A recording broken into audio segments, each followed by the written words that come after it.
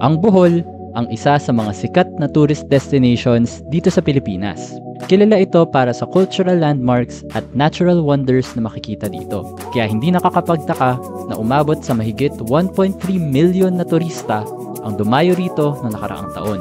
Pero sa ilalim ng magagandang tanawin, usap-usapan ngayon na overpriced na raw ang magbakasyon dito. Para sa biyahe natin today, nagkaroon kami ng opportunity na ma-experience firsthand ang kagandahan ng isla na ito. Kaya samahan nyo kaming alamin kung sulit nga ba o overpriced ba talaga maging turista sa Bohol. Annyeonghaseyo, this is Jay Zomoto at ito ang aming Bohol Island Adventure.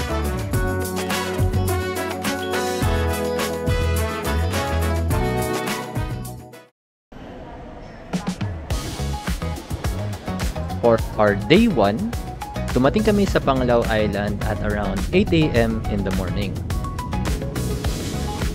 Panglao ang nagsisilbing gateway ng Bohol dahil dito matatagpuan ang Panglao International Airport. For today's tour, kumuha kami ng package worth 2,500 pesos for 4 packs. Kasama dito ang bayad sa driver at sasakyan pero hindi pa kasama ang meals at saka yung mga entrance sa mga attraction. Mula sa airport, sinundo na kami ng aming tour guide at diretso na agad tayo sa Panglao Road Tour. So first stop natin ay nag-breakfast lang kami sa Zelas Cafe at ito na yung una nating gastos dito.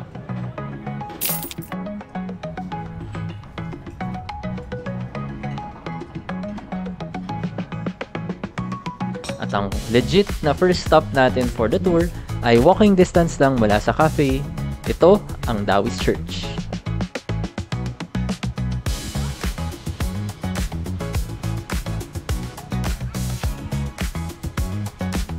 Sa loob ay makikita ang magagandang mural sa kisame at ang imahe ng Our Lady of the Assumption.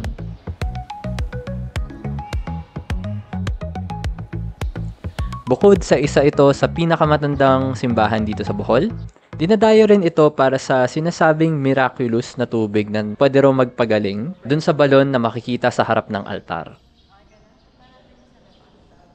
Ang next stop natin ay ang Hinagdanan Cave na may layong 8 kilometers mula sa simbahan.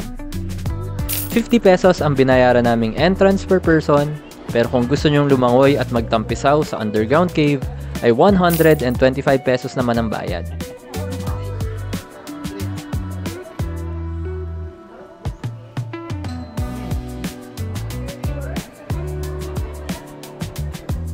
Actually, medyo nanghinayang kami na hindi kami nakapag-swimming dito. Yun nga lang kasi wala kaming dala na panglangoy. Tapos dala pa namin yung gamit namin from the airport, so hindi kami talaga makakalangoy dito.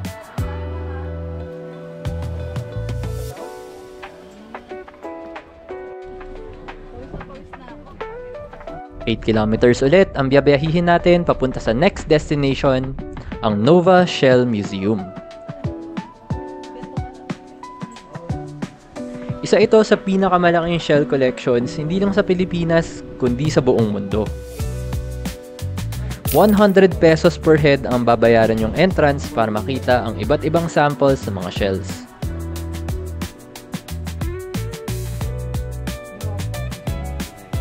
Meron din silang maliit na souvenir shop dito pero hindi na kami dito bumili kasi balak namin bumili dun sa souvenir shop na pupuntahan namin later.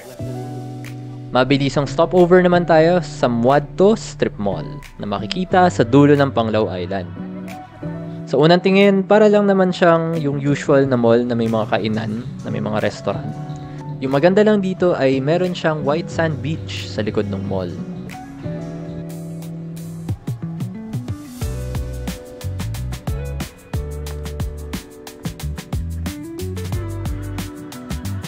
Hindi na kami dito kumain dahil ang next and final stop natin for the day ay ang sikat na Bohol Bee Farm Hotel. Maraming mga stations at art pieces dito at meron din sila mga rooms for rent. Pero ang pinunta natin dito ay ang restaurant nila na may overlooking view ng eastern shore ng Panglao. Presko ang hangin kaya ocean vibes tayo habang kumakain. At mabuti na lang ay wala masyadong tao kaya nakaupo agad kami dun sa pwesto namin. Actually, bago kami umorder, parang medyo kinabahan na ako kasi parang Alam niyo yung vibe na ito yung mahal na kainan kasi pang turista. So, para medyo mas makatipid, ginamit namin ang hack namin pagka kumakain sa labas. Maghati-hati. May binigay pa silang complimentary squash bread, vegetable chips, mga honey and malunggay spread na dito rin pala nila ginagawa. Ang suggestion ko po sa inyo, kung dito kayo kakain, bumili kayo ng iba-ibang ulam, tapos mag-sharing na lang kayo kasi malaki naman yung serving, tapos pwede nyo pang matikman yung iba-iba nilang food offerings dito.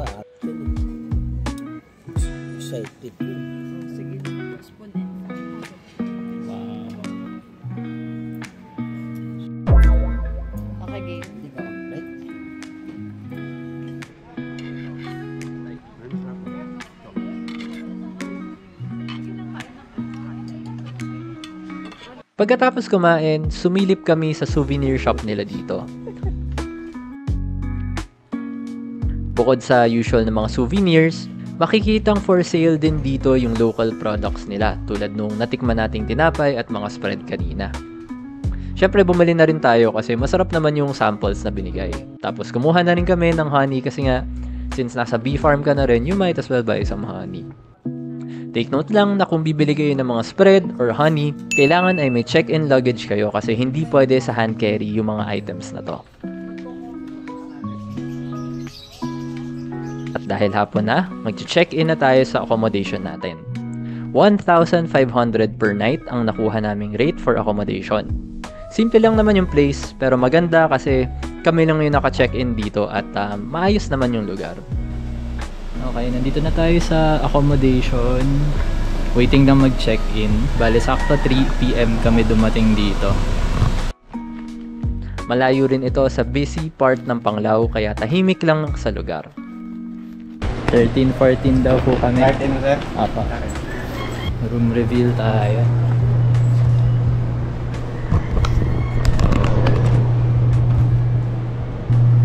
Cozy naman. Aircon dyan, water heater, and may free coffee. Wow! Ganda na CR, may heater. Heater doon. Let's bili.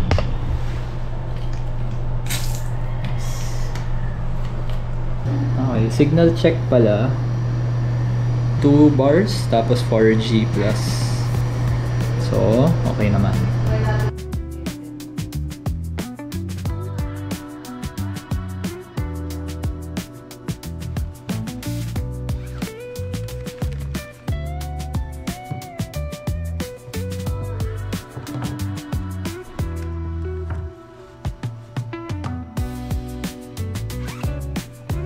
So, nandito na kami sa accommodation, nakapag-check-in na. So, pahinga muna. Wala na kaming nakaplano na tour or itinerary for tonight. Bali, merienda na lang, tapos beach, tapos mag-dinner na tayo mamaya. So, pahinga muna tayo.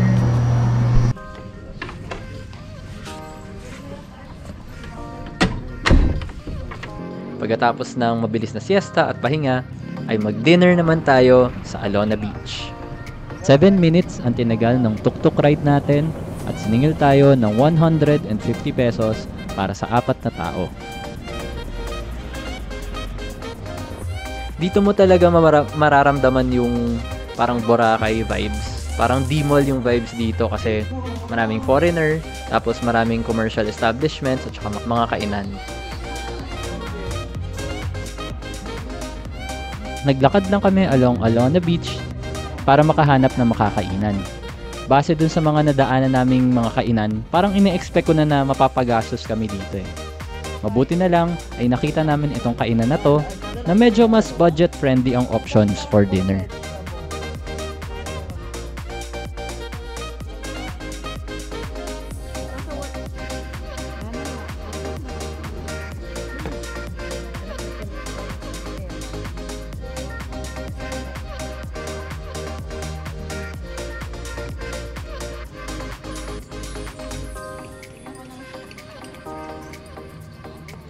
For dessert, naspatan namin ang Ice Flakes, isa sa mga sikat na dessert places na dati sa Boracay lang makikita. Dito kami medyo napagastos kasi na-try na namin to before sa Boracay. Kita naman sa excitement ng wife ko pagpasok namin.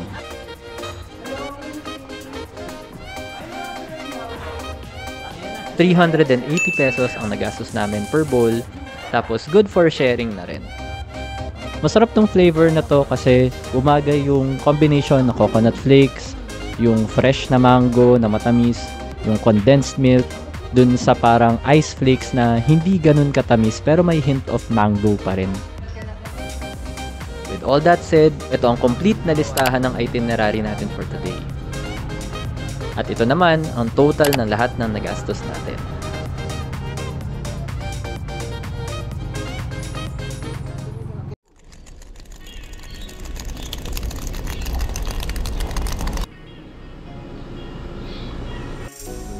For day 2, whole day countryside tour tayo papunta ng Tagbilaran.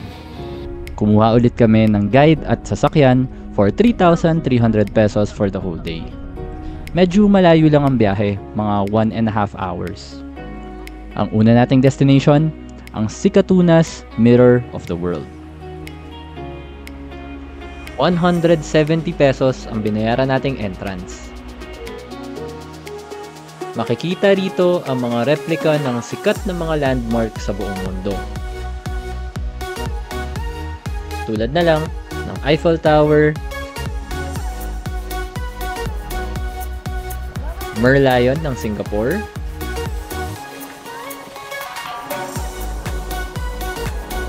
ang San Francisco Bridge, at ang Statue of Liberty.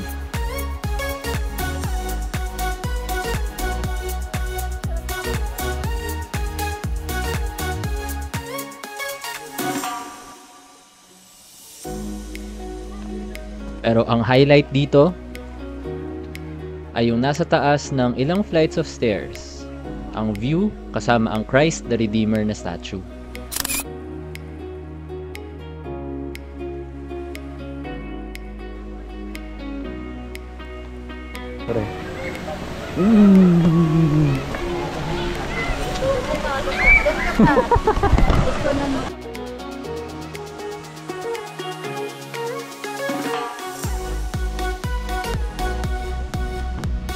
Pagka sinabi nating Bohol, itong next nating pupuntahan ang masasabing iconic na destination. Malayo pa lang ay tanaw na natin ang mga ito. Walang iba kundi ang Chocolate Hills. Nagbayad muna tayo ng ₱100 per head na entrance bago lumiko paakyat ng bundok papunta sa view deck.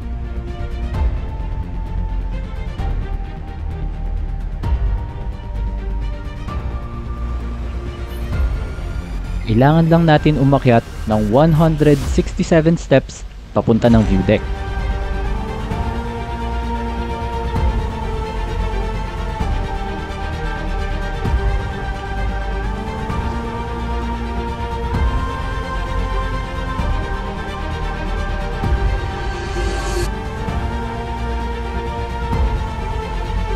Ang reward sa atin pag-akyat, ang 360 degrees na tanawin ng tinaguriang 8th Wonder of the World, ang Chocolate Hills.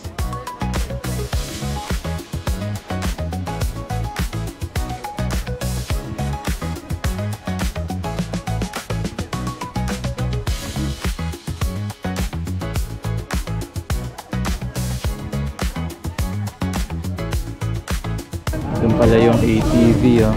Ayan. Okay. ATV doon. Meron din pala doon sa baba. Ayan. Yes, okay. Trail sila doon.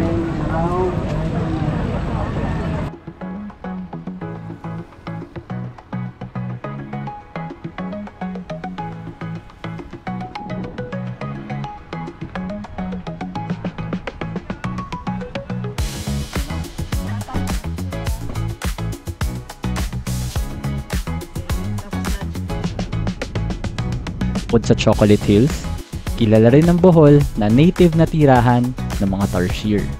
Kaya naman, pinuntahan natin ang Bohol Tarsier Conservation Area.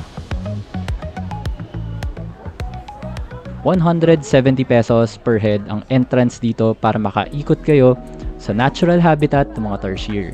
Dito ko naramdaman na medyo mahal na yung entrance ng mga attractions. So budget accordingly.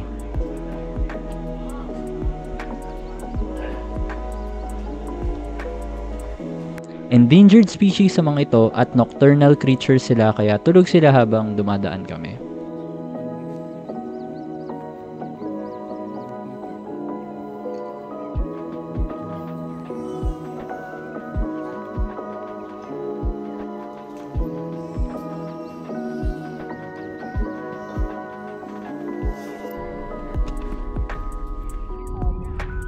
Abang pababa kami dun sa palikulikong kalsada, pababa ng bulubundukin, naisip ko ang sarap siguro dito magmotor. At dito na nga kami tumigil muna sa man-made forest, na sikat na pikturan para sa mga turistang dumadaan dito. Mahogany trees ang mga nakatanim na ito at tinanim sila noong 1950s at ngayon ay malalaki na.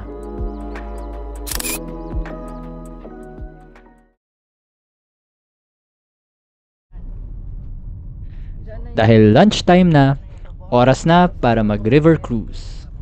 Ang original na plano ay dapat talaga sa Lubok River Cruise kami pupunta. Pero sinuggest ng aming guide na dito sa Rio Verde kami kumain. Kasi sabi mas maganda raw ang view sa ilog na dadaanan dito. Yun lang, ito na siguro ang pinakamahal naming gastos para sa biyahe na ito. 950 pesos ang bayad dito per head, nakasama na ang entrance at ang bayad sa buffet. Halos kapresyo na siya ng buffet dito sa Manila.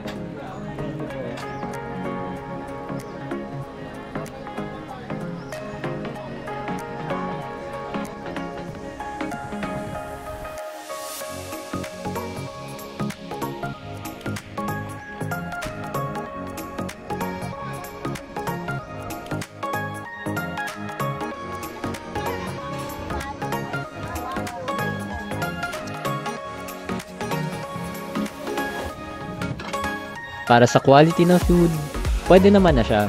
Tapos since buffet nga, pwedeng bumalik ng kahit ilang beses.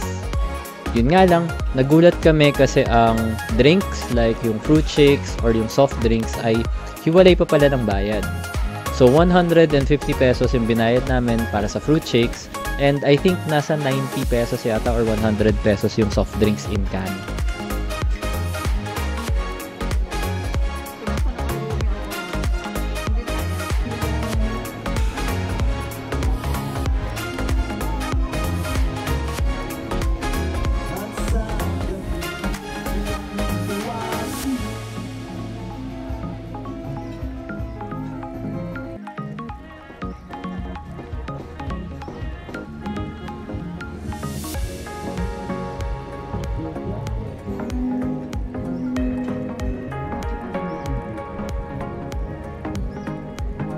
Maganda at malinis yung ilog na nadaanan namin.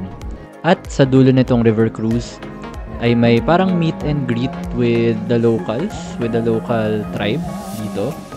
Pero hindi na kami bumaba.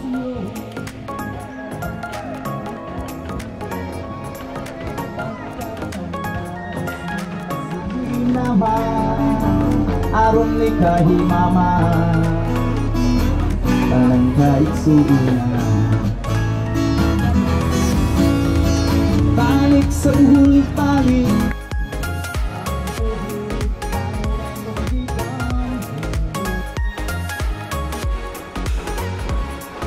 Meron din pala sila ditong souvenir shop, pero again, since may pupuntahan na tayo mamaya, ay hindi na kami dito bumili ng gamit. Nagpagawa na lang kami ng ref magnet worth 150 pesos para dun sa kuha namin ng photographer dun sa bangka.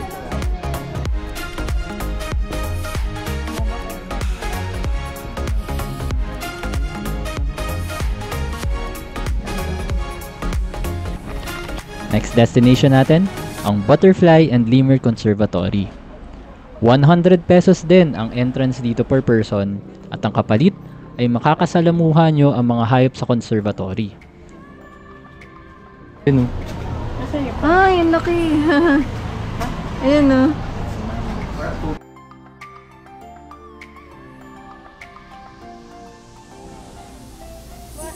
Para pa kaming nag-prenup ulit dahil may taga-direct kami na photographer. Ano ba kayo with other? Sige nga.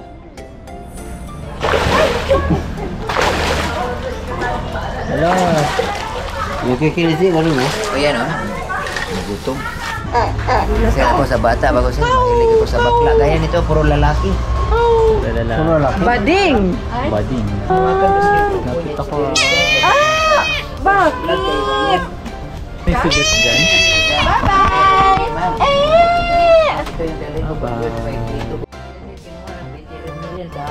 Bear cat. Hindi mo ba? Maulan ba pa inainom ng... Hindi ba basa na? Hindi man. Ma, may kagwang pa dito. Pag once na maglipad yun, naka-flap yung wings yun, sir. Yan. Ito, tatalon siya at mag-glide. Wow. Lumpat na. Sari manok. Dami. Yan, ako pulutan ka doon. May nag-glider, ma'am. Sugar glider. Ang sugar, Sir Jig, dito Sir Jig. Ayoko mag-picture, natatakot. Sir Jig, sali ka dito, Sir Jig. Sige po. Yumi ko. Uy! Game ko yan, sabay tayo. 1, 2, 3, smile. Dito ka sa akin tabingin. One more. 1, 2, 3. Ang last stop natin bago bumalik na ng Panglao ay ang Baclayon Church and Museum.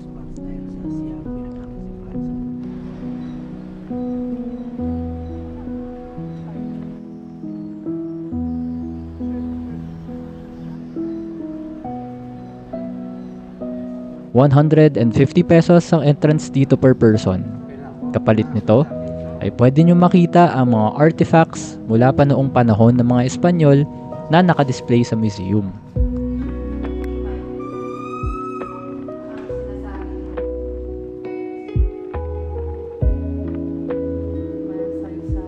Interesting para sa akin makita yung mga ganitong klaseng objects or mga gamit kasi literal na piece of history siya ng lugar.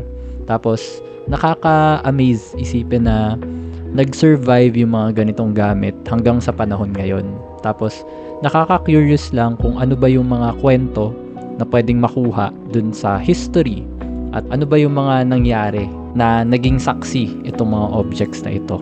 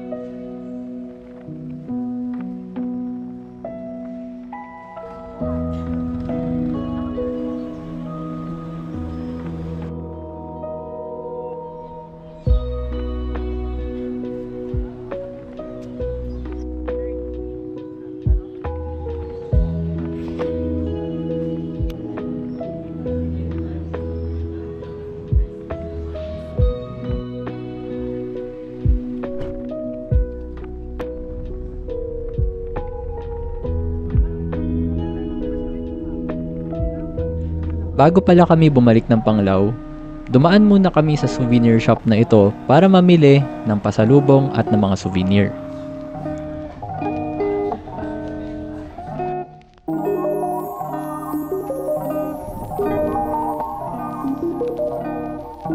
Kailangan kasi namin ng pang check-in ng luggage at wala kaming bag na malaki. So naghahanap kami ngayon. Ano naman siya eh? Katsa. Katsa naman siya eh. Kayo. Kayo ako. So tarsier. Wow. Tarsier na. Yung pala eh. Ang rat mag... Ang cute nito. Para sa boss. Parang Okay yan na, drip check.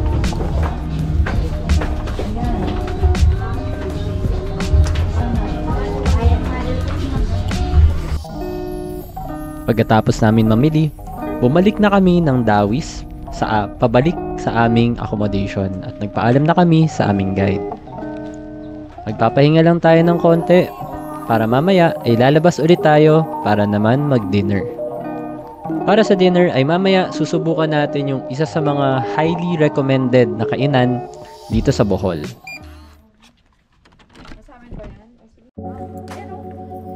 Welcome to Mist. 1 kilometer lang ang layo ng kainan nito sa aming accommodation.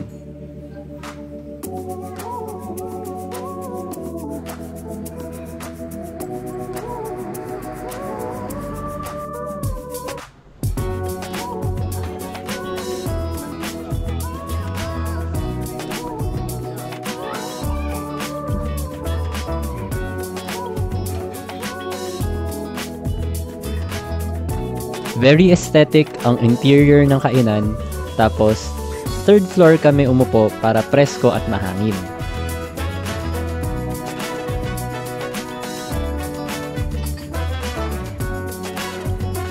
Pero ganito ang itsura at vibes dito. Magugulat ka ba kung 1,699 lang yung platter na good for 5 people? So for this platter, meron ng fried chicken, meron ng slab ng ribs, meron ng mac and cheese, may mga salad, may baked potato, tapos meron pang mga small cakes and mga biscuit. Tapos meron ding Hungarian sausage with pork and beans. So sulit na sulit ito para sa amin.